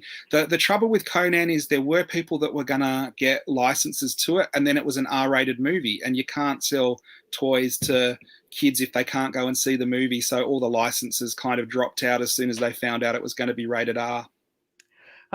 Two good points. I'm going to do it slightly backwards. So Russell mentioned about fantasy movies didn't kick ass until Peter Jackson's Lord of the Rings. Totally agree, right? Absolutely fantastic. I mean, ironically, the best fantasy movie ever made up to that point was actually The Wizard of Oz. So, and of course, there wasn't much merchandise for that. But Lord of the Rings, even Lord of the Rings, as successful as it was, is still not a huge toy line. It's not a successful merchandise line. Even in the store, it sits at the bottom of one shelf, one bookcase right down the bottom by itself, because it just wasn't a demand for the merchandise. But that wasn't the point. The point I wanted to bring up is the question, was Princess Bride merchandise? Wouldn't have been much at all. Is that right? No, there was basically nothing. Again, there's the soundtrack and the movie paperback that was already based on the book The Princess Bride, and it wasn't till recently they brought out Princess Bride figures. So not having any merchandise is not a bad thing. It just means whoever was in charge of the marketing and all the publicity have realized they've done their market research, whatever that happens to be, and they've said, you know what, there's not enough to justify producing all this material, so don't produce it. And they don't produce it. Nobody even notices it doesn't exist. And the world just continues on as normal. It's only when we're having these discussions that people are asking, oh, was there stuff for this or stuff for that? So the fact that we didn't even notice it was missing at the time means there was no demand for it. What we were looking at, of course, is situations where there was no demand for it, but it still got produced anyway. So, yeah. And here we are. So, yes. So there's some more of the Kroll stuff. And you can see in the the bottom left there's a book that came out before Kroll that is saying this is some of the exciting merchandise that's going to come out. And you can see there's just line drawings because a lot of it was never ever produced. So there was a lot of pre-production stuff and magazines on Kroll coming out and what it was going to be like and how it's like Dags is saying, oh, an amazing fantasy like Lord of the Rings, but then it didn't live up to expectations. The other thing is it had a predominantly British and European cast, and it was made in England. And that works when you have a couple of big American stars in some of the lead roles. But Kroll really didn't have anyone at the time that was known in America, so it was always going to be up against it in the States when it was released there. I still also think that there's a good opportunity for things to have their retro revisit 30 years after the fact. So people see these things as kids and they go, they're now adults with their own kids, and they go, okay, they've got a Kroll statue or this, that, or whatever else. And maybe there's a limited demand for that. And I think if you did that for either Labyrinth or Dark Crystal or whatever else, it could do extremely well. But getting back to Kroll, sorry, go on. I'll tell you what, again, if they did a life-size limited edition statue run of the Gravel or the weapon from Kroll, and they did 250, they'd sell out instantly because there were enough people with that nostalgia. Spankin would buy one for sure. But that's kind of what. So go on. So that's kind of what it's limited to. The people who loved it as a kid and would like one item for it to represent it in their collection. Yeah, you actually do wonder how many people are 3D printing all Kroll bits and pieces. Speaking of Kroll big ass things that are available, this stuff did come out. So this stuns me. They released a Kroll video game, like an upright cartridge in the arcades, and it was based on the Tron one. So it was kind of the same cabinet as Tron, but they obviously put new cards in it and converted it to a Kroll game. And it was the same thing as Tron, where you have like 6 different games that you sort of advance through, and then they repeat them over and over and they get harder and harder. But the one that's even more stunning to me that they produced was a Kroll pinball machine. So this was a franchise that didn't have action figures and didn't have much merchandise, but they somehow convinced someone at Godlips that it was going to be an amazing movie, that they could make 1 million of at the arcades with an arcade machine and a pinball machine. Now, these games are quite hard to find and they're quite collectible, but I wouldn't have thought there was a demand for them in the first place. I never saw either of those in Australia. The thing I find funny is even at the time, there would have been people who said, oh, there's a Kroll pinball machine. What the F and hell is Kroll? This is like a year after the movie came out. Yeah. So Gavin has asked about Last Starfighter. No, we're not doing Last Starfighter on here. So, yeah, we're not covering every single thing that got produced. It's mainly for movies where they produced a lot of stuff and it all just died in the arse versus 1 or 2 small things or things that didn't get produced at all. Rico, he's really on top of it tonight. Do you think it's better to release the toys first and hope people buy blind, or wait for the movie to release and bank on a fan base? Well, what do you think? The Phantom Menace would prove that it is better to release the toys first in some cases. When that was released in Australia, they sold more toys in the 4 weeks before the movie had been released, with people going at midnight and filling up trolleys and going back and filling up trolleys again, in the entire year after the film was released. And that's why there was a lot of the first wave here, and then the second wave took forever to come, because as soon as the movie was released, they actually didn't sell to kids as much as they thought. So the adult collectors had already got them on pre-order, and that was it. And those Star Wars figures are not worth really much more than when they came out, 21 years ago, because so many people kept them as an investment and put them away. So in that case, yes, selling the figures first works. But that was a franchise was going to work. They were banking on the hype. Okay, so clearly that is a no-brainer. Buy the rights, produce the products. If the film was crap, who cares? We've made our money. Most people did. Most companies made their money back or did really well. After the movie comes out, sure, they got shit everywhere. And anybody who came out late, they missed the boat big time, right? But it would be interesting to say, if you're producing a product or a franchise that doesn't have the same following, what would you do? And I don't know. It's such a risk because you don't know. I mean, I got asked today, actually, from Gavin. He asked, is there a situation where the toys have been more successful than the movies? And I thought all the ones that I could think of were toys. We use toys as an example, which were based on TV series that had a film made after them.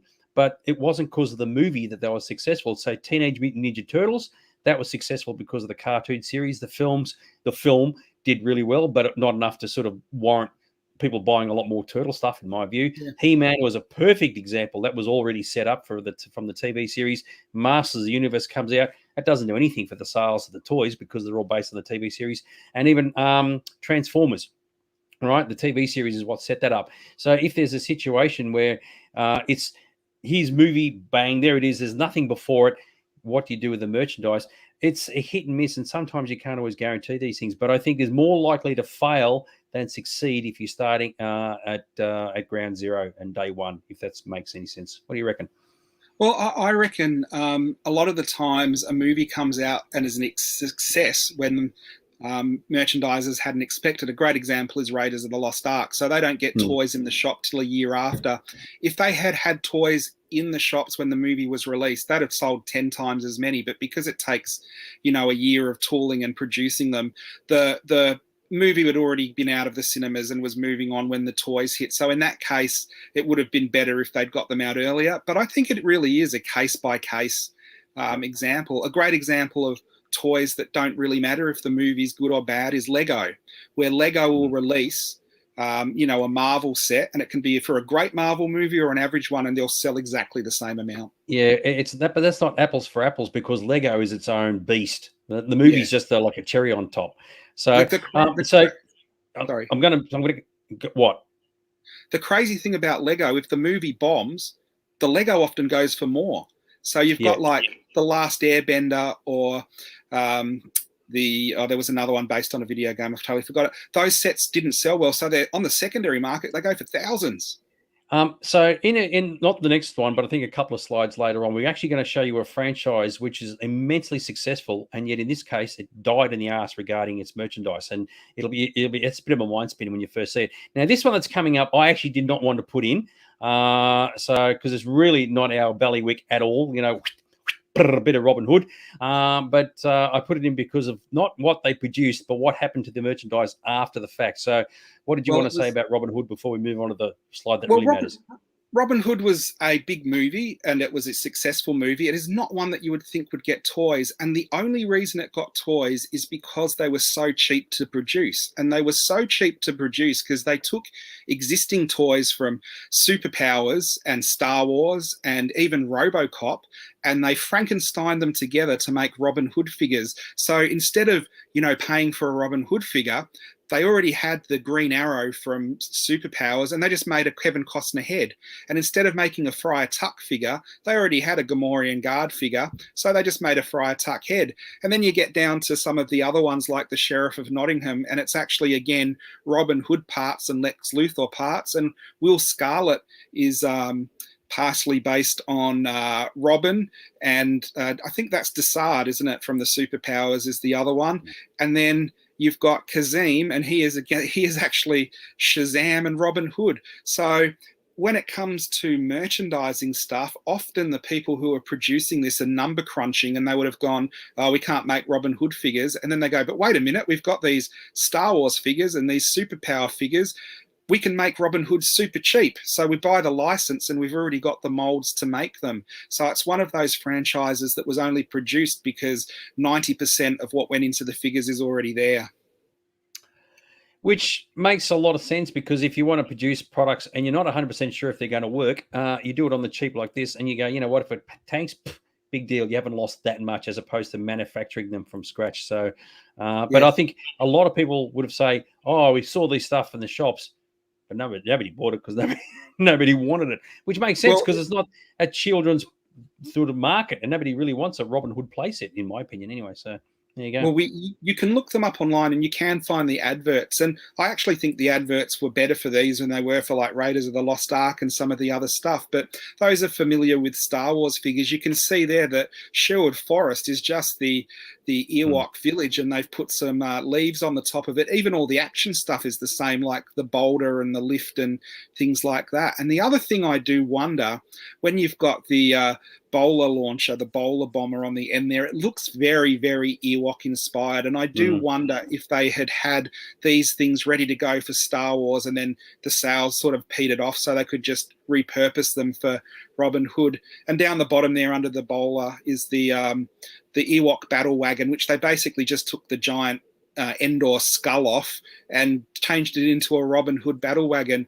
It is one of those things that surprises me, where none of this really appeared in the movie, but kids' imagination makes that leap to where they go see the movie and then they get home and they can have all these wars with Robin Hood stuff. The trouble is it didn't sell. So, yep. So I like this. I think he's got a spelling error. Robin Hood, Prince. I think it's supposed to be Prince of Ewoks, not Price of Ewoks. There's a comment from Gavin. I'm going to get to that in a sec. Russell has also mentioned about the playability as well, and how it appeals to children. Of course, Robin Hood didn't appeal to kids at all, especially the very first few moments of the movie. It was bloody horrible. So, yeah, you can see why the Japanese stuff would have done well in the post Star Wars era. Now, Gavin, you've got an interesting point. Cheapskates. What it is, it's not cheapskates. It's actually very clever marketing and merchandising. Because had the Prince of Thieves stuff really taken off, like gone to town, right, and they said, "Oh my God, we're selling millions of it," they would have laughed their way to the bank, because they said, "You know what? We paid virtually nothing for it because we've just repurposed existing figures." And not everybody would have put two and two together about that. Little kids wouldn't have picked up a Gamorrean guard and a fried tuck and realized they're the same thing.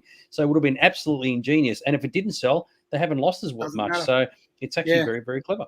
And the thing that also makes it super collectible now Star Wars collectors want them because they're variants of Star Wars toys, and superpower collectors want them because they're variants of superpower. So even though it's crazy, what they were released for didn't take off, but what they were ripped off from, now those collectors want these as well, because they're like the prototypes for the actual figures. So it's crazy.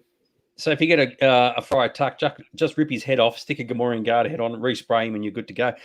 Now, this one is an absolute ripper, right? Now, we saw a moment ago, like Planet of the Apes, right? Okay, you had the 5 movies in the 70s, you had the animated series and the live-action series, and the movie came out in 2001, and the collectibles were shit, right? This next one is an absolute mind spin, because you think, oh, this franchise has been around for 30 years prior, or maybe even 40 years prior, and you think this has got winner chicken dinner written all over it. The film was a massive success, made a shitload of money. Everybody, not except me, loved it. And believe it or not, the collectibles tanked. And it was this, Star Trek. Star Trek, the reboot, which is amazing because, love it or hate it, it was a big box office success. It did well. And you would have thought that the merchandise would have sold better than it did. And they did produce a lot of merchandise for this movie. It was everywhere. It was on all the covers of the magazines, and you can see there's JJ again getting his own cover above the actual Star Trek cast. Does that look like a pop tier? That should be a useless pop just up there, should it? This is Geek Pie. Yes. Sorry, man, I cut you off. Tonight's episode sponsored by JJ Abrams and Lens Flares. But maybe the merchandise sold in the Kelvin timeline, because it didn't sell in our reality, that's for sure. It's a dead set winner. You would think you've got Kirk, Spock, the rest of the crew that are already cultural phenomenons. You've gone with new Hollywood actors. At the time, they weren't as well known as they are now, but you have Chris Pine, who's his own star now, and you have Zachary Quinto, who was in Heroes, I think, and quite popular and known from that. All the secondary cast were quite well known. They're an attractive cast to merchandise. They were all over the media merchandising the movie, so obviously the knock-on for that is you get free advertising for your toys. And there were aisles in Kmart and Toys R Us of the new Star Trek figures. And you know what? I think it just made the old ones sell better. It is one of those things where they did not sell them. A year after they came out, I remember going into Kmart and they had almost exactly the same display, and they were all marked down about 80%. And then I found out at Toy Fair from one of the licensees that they were all shipped back to the company, and the company couldn't even sell them, through the reject shop or anything, and they all ended up as landfill. See, the funny thing is, and doing the promo for this episode, we had said that clearly when these things die in the ass, someone didn't do their market research. And the market research has shown in the history of Star Trek, collectibles generally don't sell that well. There's just no demand. People love the shows, they love the movies, they love all the stuff. but buying toys isn't their thing. We don't know why. Maybe as like Russell mentioned earlier, it's not a kid's thing. It's more of an adult's thing. The playability isn't there because you're not shooting the shit out of all the bad guys. You're exploring the universe as, spacefaring, peaceful people. And it just follows on from the history of all these things. And you can imagine some of the people who worked in the toy industry for some of the earlier Star Trek stuff, Next Generation, even before that, in the 70s, must have been looking at the 2009 movie thinking, why didn't they pay attention to what we did? Because clearly there was no market for this, right? We could have told them that, but they went ahead anyway, and this is what happened. So what do you reckon? Well, the crazy thing for this is, I would argue, in fandoms, up until recently, where Star Wars has obviously poured ahead, there was Star Trek fandom and there was Star Wars fandom, and they were about equally balanced in numbers, size, especially in the 80s and 90s, where you had Next Generation being incredibly popular and the other shows that were on TV that were all popular. But the amazing thing is, back then there were 3 Star Wars movies, 6 if you include the prequels, and there was hours and hours of original Trek, and then Next Generation, and then all the movies, and then Deep Space Nine and Voyager. But you would still sell more Star Wars merchandise off those 6 movies than you would do off, the 40 hours plus or whatever it was to watch all the other stuff. And Star Trek merchandise, there is a bit of it right back to the 60s. And working in the shop, you get some nice pieces in, and people collect the Enterprises and especially some of the Playmates figures. But there are nowhere near, and I'm talking 100 to 1, Star Trek collectors compared to Star Wars collectors. And this just isn't the new movie. This goes back to all the movies. And the old Star Trek is become collectible because it's 60s and it's 70s and it's sort of cool and collectible and hard to find. But it was never sort of on the same level as Star Wars for sales. And I don't know why. So I have a theory. I'm going to come to you in a second. So we've got April finally joining us after what seems like months, all the way from Scotland. So live from Scotland. So I just wanted to put April on the screen. So g'day, April. It's good to see you again. We have missed your presence. And Russell was just saying about how the new Enterprise was a crap design. Well, there we go. But even the older versions didn't necessarily sell that well.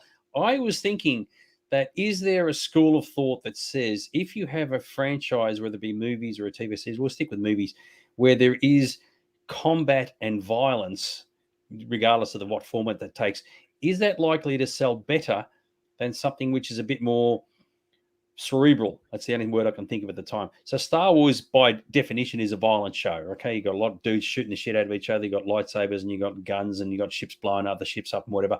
Star Trek does almost the exact opposite, right? You're lucky if you lose a ship in like a whole movie, let alone an episode.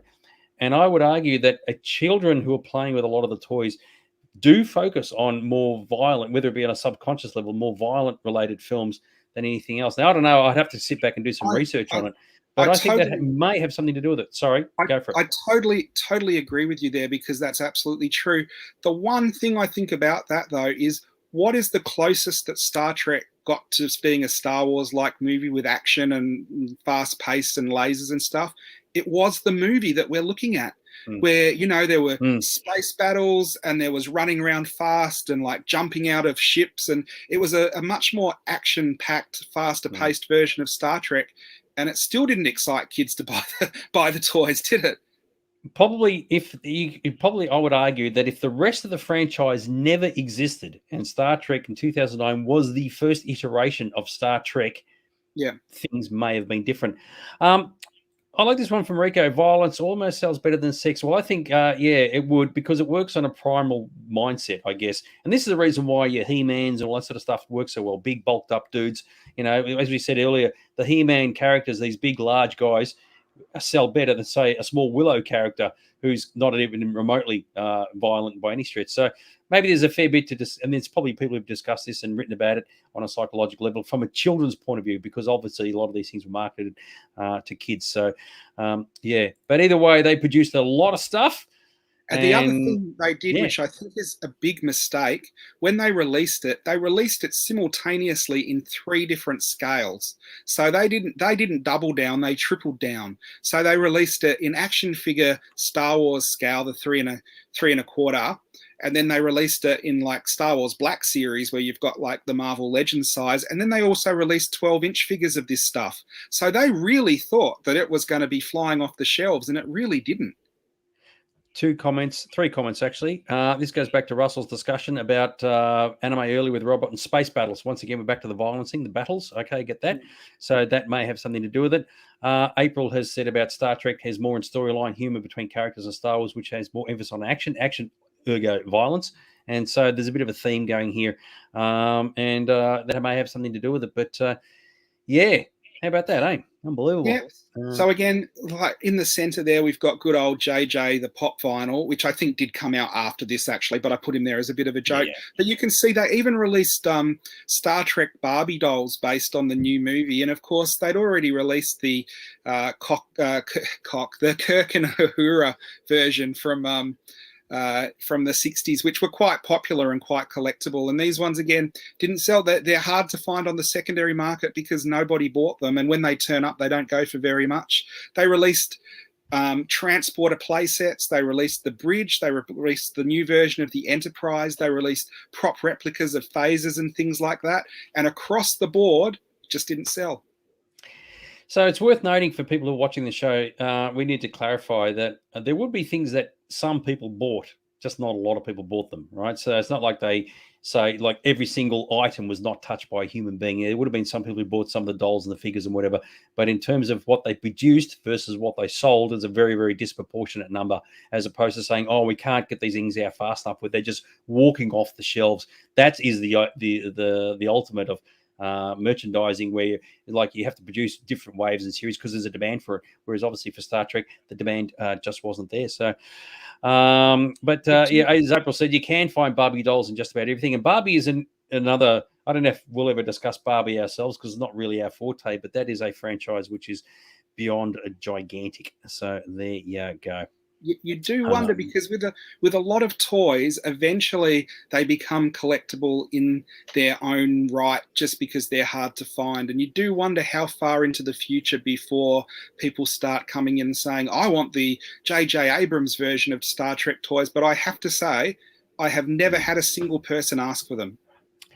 That's a good point, because even as you mentioned, we in Aaron's store, he actually had a Spock statue, and of course there was the Leonard Nimoy version, and of course that sold. That's now gone, and you do wonder if that was the Zachary Quinto version, would anybody want it? And I agree with you. I think even though they made 3 movies and they were very, very successful films, I agree with you. People were going, no man, I still want the original. And I think that if you do produce statues of the original characters from the 60s, ironically, they have a much bigger appeal than the newer stuff, and it's really bizarre. So it's the same as what I was saying about the Thade from Planet of the Apes. I had a prop replica. I thought it was Thaddeus.